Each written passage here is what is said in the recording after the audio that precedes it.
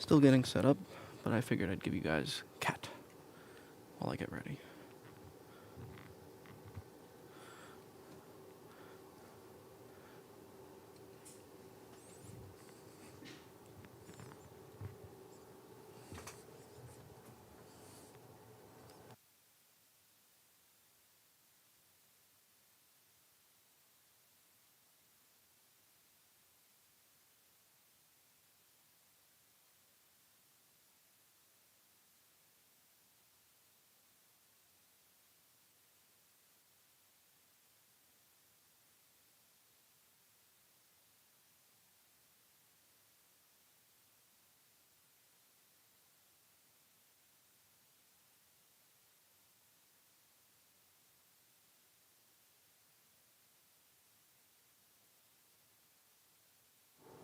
Hi everybody, just still setting up the stream, so put the cat on. That is Mr. Clinton being the lazy bum he is. Until he's not. He's an energetic cat when he wants to be.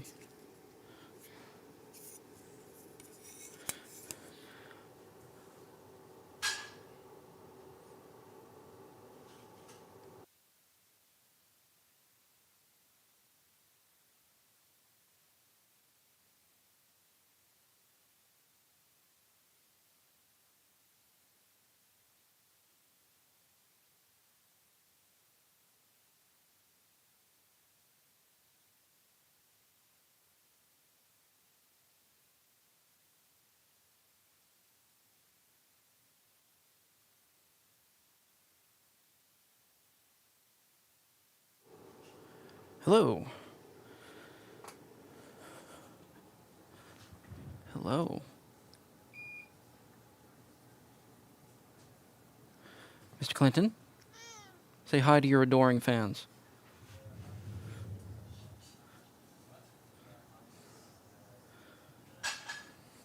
Mwah.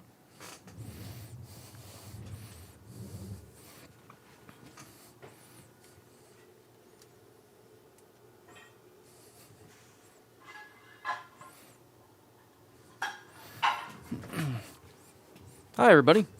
Today I have a quick one for you. I might come on later and again with a actual troubleshooting something, but this is just going to be a quick soldering technique kind of explanation, tutorial, you might want to call it.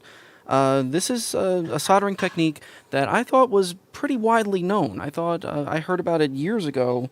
I think the first person I ever heard about it was Jessa from iPad Rehab. And I started using it right away, and I was surprised when I saw some forum posts that people had no idea on how to do this. So I'm just going to show you a quick little tutorial of how to do this. So this is a 2179, I think, do I have? It's the MacBook Air, the newest MacBook Air. And we have a bad Thunderbolt chip here. So we're going to change the Thunderbolt chip from this donor board here. And the only way, this is a BGA chip, and so it's a bunch of balls underneath it, and I don't know if I could zoom in on here. I'm going to have to put it under the microscope. Oh, you can see it just fine here. It has a weird ball pattern. So it has a tightly packed ball pattern around the outside edge of the chip, and then the inside is a loosely spaced ball pattern. So you have to get a very specific stencil for this chip. You can't just use a universal stencil. There's a lot of chips on the board that it's just a very specific ball size and ball pitch, something like the PMIC here. It's just a grid of balls. I think this only has one missing in a corner. No, it doesn't even have any missing. This PMIC is just a straight grid of balls that's evenly spaced across the whole thing. So this is real easy to find a universal stencil that just has everything there. And you could just put a universal stencil on it and reball it. This one is weird. You can't just use a universal stencil because everything's a little different size. Let's get a closer view. Put this on the microscope camera.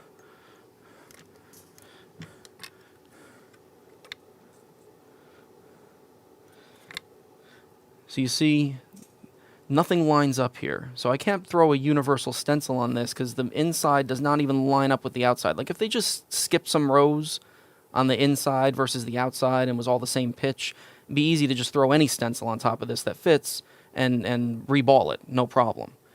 So this is the landing pads. This isn't the chip. We'll be taking the chip off shortly. So what we have to do is get the actual stencil for the chip.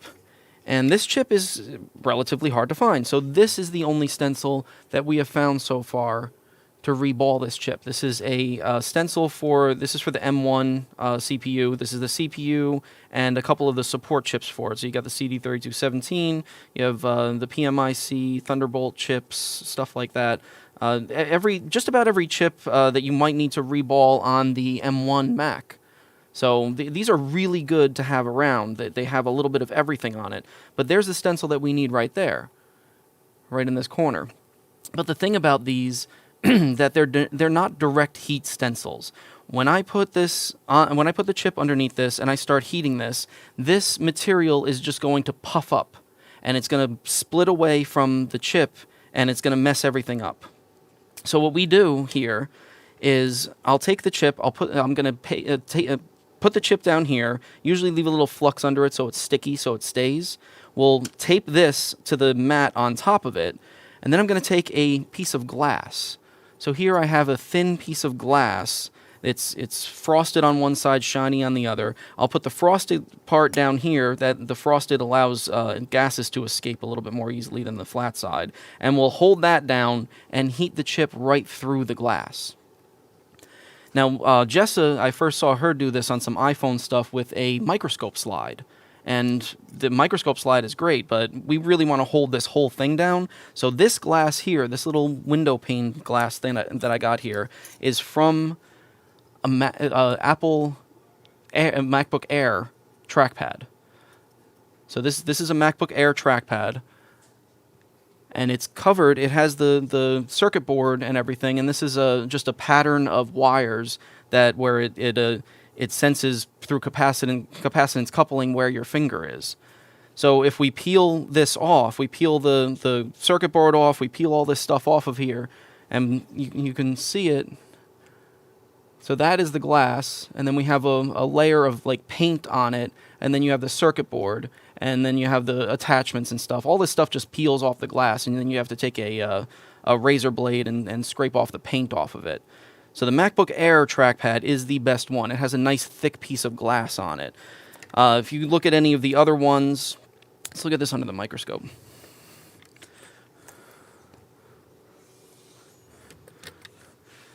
So this is the MacBook Air. You see that this is the glass. The dark edge is the glass. And then we have some paint, and then you have a circuit board. And this all just peels off of here. All of this will just peel back. And this is just all glued on here, and it'll peel back, and then you could scrape the paint off, and you're left with a nice thick piece of glass. If we look at some of the other ones, this is a 1278. It's a little bit thinner. Put the glasses next to each other. The glass is a little bit thinner, so I don't like using that. It probably heats better, but I just don't trust it that it's not going to break as easy. But then we look at like the new 1708 trackpad I have here. The glass got even thinner now. See the difference in that. And the circuit board is thicker and it has a metal surround around the whole thing. The new ones are just absolutely awful to try to reclaim the glass. You can, I have before, but it's just too thin, and I don't like it for using in this purpose. So the MacBook Air, either the 13-inch or the 11-inch trackpads, they're both the same type of glass. They're just different sizes. Seems to be the best.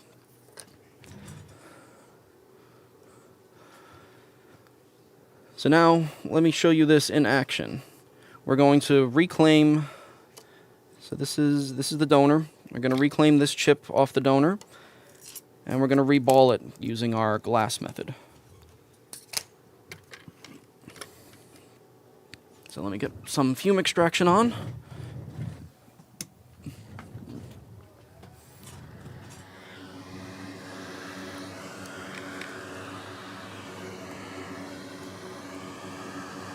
So that's the chip we want right there. JHL 8040R. We'll give it a little bit of flux, help it flow off of there. I'll take my hot air at 500 degrees and 120 liters of air per minute, so full and full as usual. We'll start heating that chip. Just heat all around it.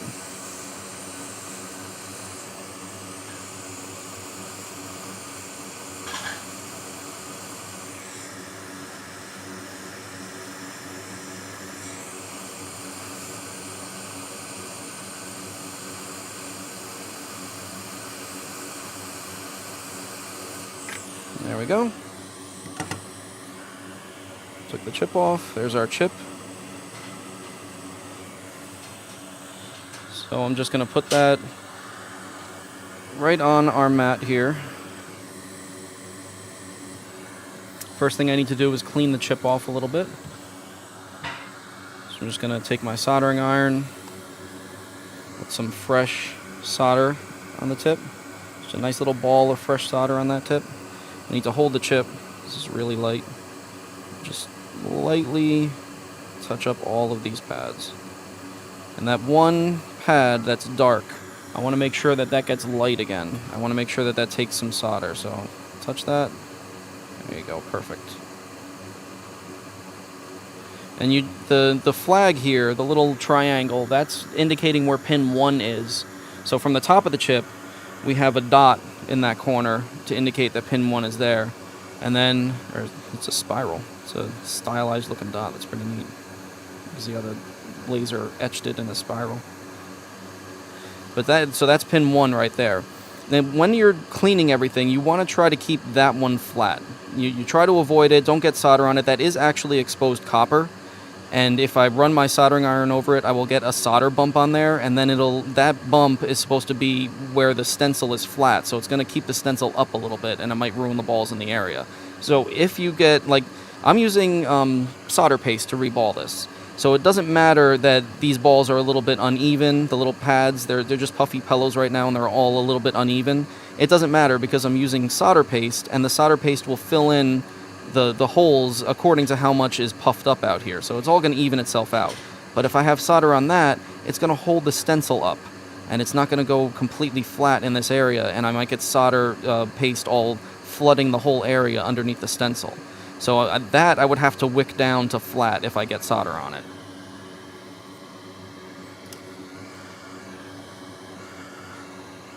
So now I'm using solder paste. So it comes with its own flux, so you want to clean this off of all the flux that you put on it.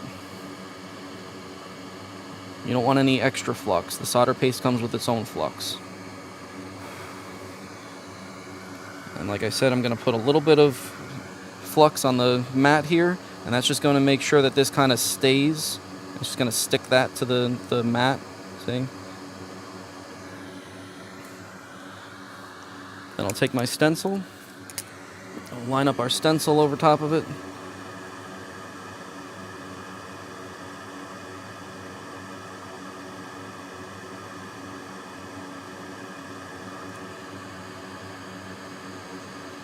Okay, stencil's lined up over top of it. And key point that when you're shopping for stencils, the ones like this that have the square holes are usually the ones that are more precise and a lot better to use. Because the other ones with round holes, they're usually chemically etched, and sometimes the chemical doesn't go all the way through, and the holes aren't like little barrel holes. They're more like little funnels, and they get caught quite easily. They're just a pain sometimes. You can get good ones that are round holes, but the ones that have square holes, I think these things might be laser cut. I don't think these things are chemical etched like the other ones. So they're usually a lot more precise. Although, the market, you never know what you're actually going to get. Oh, nice. That is way too bright for you guys. The chip has been raptured. There you go. How's that?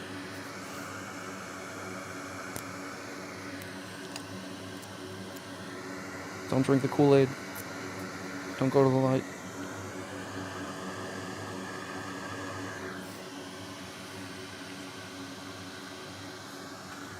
Okay, I'll take my solder paste.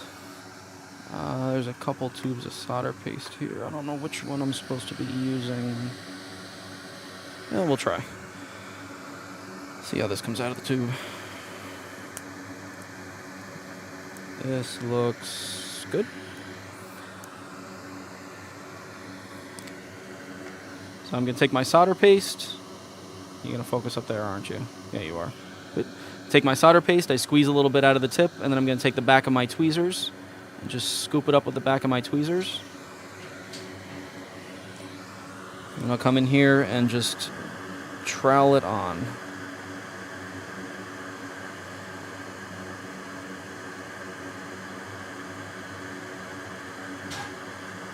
And I'm going to wipe it off in multiple directions, smush it in a couple times. You want to make sure that none of these are half filled or not filled. That's good. Now, when working with solder paste, there's a safety issue with this stuff. This is lead. These are tiny lead balls. If I zoom all the way in, you can see that the solder paste, now, again, you can see that the solder paste is just tiny lead balls mixed in with a paste flux.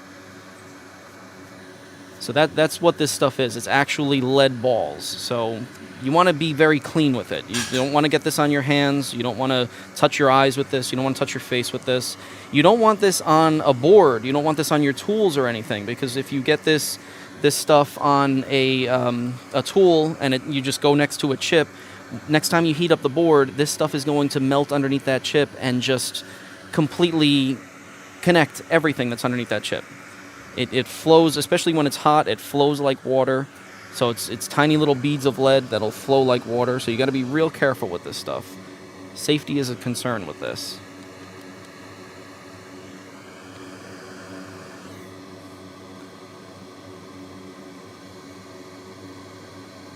Okay, so now everything's set for the stencil. Everything's set for the stencil. It's taped down to the mat. The chip is underneath it. So now I take my glass. I want the matte finish side up against it, because the shiny side, it might create a seal on here, and you'll see as I start heating it that there's gases and the flux melts and wants to escape away from the chip. So I just like putting the matte side down there, so then the surface, the matte surface allows it to escape a little bit. So we're just going to put that right down on top of there.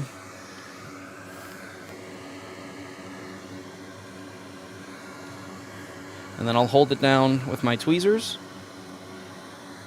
And we're just going to heat right in the middle of that. And I'm heating up the glass and heating up the chip right through the glass. And still my solder, my hot air is at full and full. Full temperature, full air, and there you go. Done. Let it cool a little bit, make sure it's solidified, and as soon as I pull it off, you see the stencil pull away from that chip a little bit. Because even with the glass on it, it's still hot, and it's still going to bubble up a little. You know, we could take the tape off. And I'll see if I can poke this through. Yep. Touch a couple of the balls nice and light. If it doesn't want to come off, you can see that all the balls are the correct size. Nothing, well, it's kind of hard to see over the camera, because the camera's only seeing one eye of what I see. When I see through this, I see in 3D, because I'm looking through two eyes. But if I just run this across, none of the balls could have got bigger than it, because we had a piece of glass on it. So all the balls are smaller than the holes, so it's going to come off of the stencil. But if it doesn't want to come off of the stencil, it's not because of one of the balls. It's just because of the flux. The flux that's between the chip and the stencil is just acting like a glue. So all you have to do is heat it up a little bit and it will come off. You don't have to remelt the balls. You don't want to go that far into heating. Just a little bit. There you go. Fall right off.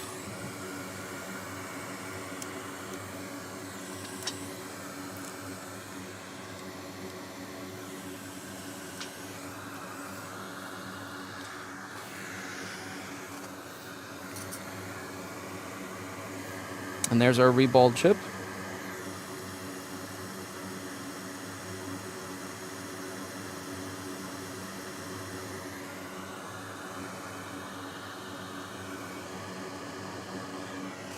Now we'll go ahead and put that on this board. So the board I was already working on in advance. So the old chip has been removed. The pads are completely flat on it. And this is going to go in the same orientation as that. So same orientation as that one. This one goes up here. Just put that down there.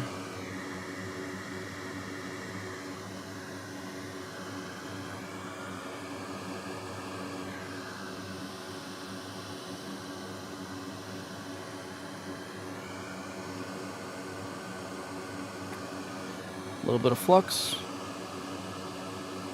Put it right in the middle, and I'll push down on it. Slide it around a little bit.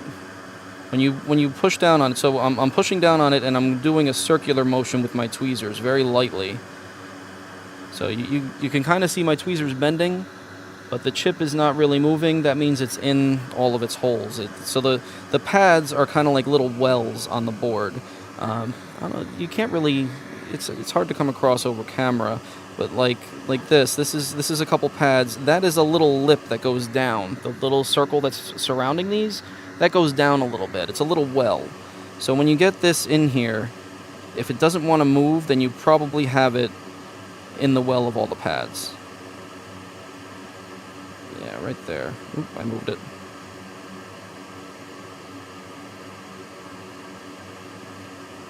And it just looks centered to me.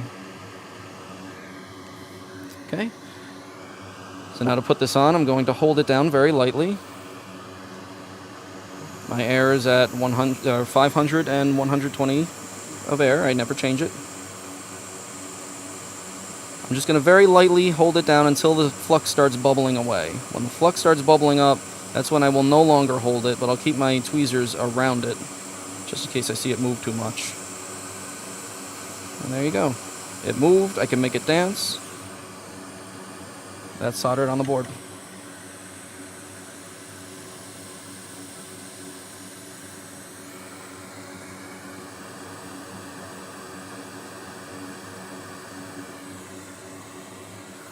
So there you go. Just a quick soldering tip.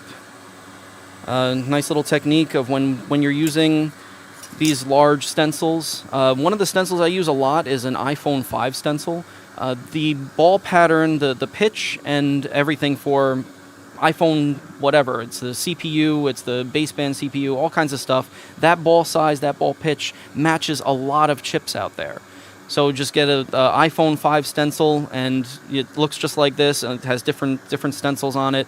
And I use Captain tape to make my own stencils. I'll line off and make stencils, and make these squares smaller, bigger, I can't do it bigger, but smaller or elongated or whatever I need to do to match the chip. And then these stencils are very useful. The cheap ones, they bubble up like crazy, but all you have to do is put a piece of glass on top of it. It comes out perfect just about every single time. Well, I hope you learned something. I might be back with another stream in a little bit. I do have a decent machine. Lewis is in the shop. He might want to stream. So depending on what his plans are, I might be back with another board repair. So glad to see all you guys.